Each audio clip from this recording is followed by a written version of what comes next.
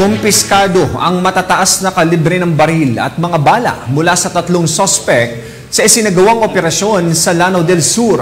Yan ang tinutukan ni Patrolwoman Maricris Algabre.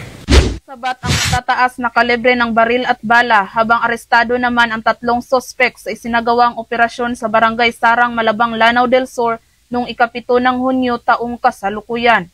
Kinilala ni Police Lieutenant Colonel Ariel T. Huesca, Regional Chief ng Criminal Investigation and Detection Group Regional Field Unit Bar, ang mga sospek na sina alias Mel, 44 anyos, alias Pana, 49 anyos, at alias Ade na pare-parehong residente ng naturang lugar. Naging matagumpay ang isinagawang operasyon ng mga operatiba ng Maguindanao Provincial Field Unit katuwang ang CIDG RFU Bar Lanao del Sur PFU, Cotabato CFU at Malabang MPS na nagresulta sa pagkakaaresto sa mga sospek sa aktong pagbebenta ng mga illegal na mga baril at bala.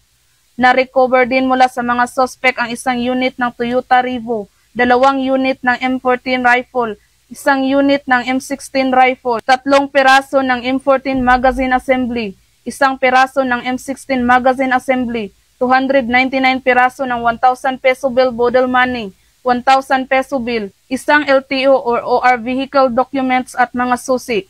Ang mga naarestong sospek ay mahaharap sa kasong paglabag sa Section 32 ng Republic Act 10591 o unlawful sale of firearms and ammunition kapag napatunayang nagkasala ang mga ito, at ang mga na-recover na ebidensya kasama ang mga sospek ay kasalukuyang nasa kustudiya ng CIDG RFU Bar para sa dokumentasyon at tamang disposisyon. Patunay lamang ng pambansang pulisya katuwang ang iba't ibang ahensya ng gobyerno ay patuloy sa pagpapatupad ng kanilang sinumpaang tungkulin kontra kriminalidad na naaayon sa mga programa ni Pangulong Ferdinand R. Marcos Jr. na magkaroon ng maunlad na bansa para sa sambayan ng Pilipino tungo sa isang bagong Pilipinas. Mula dito sa reyon ng Bangsamoro, ako ang inyong PNN correspondent, Patrolwoman Maricris Algabre, alagad ng batas, tagataguyod ng Balitang Pulis.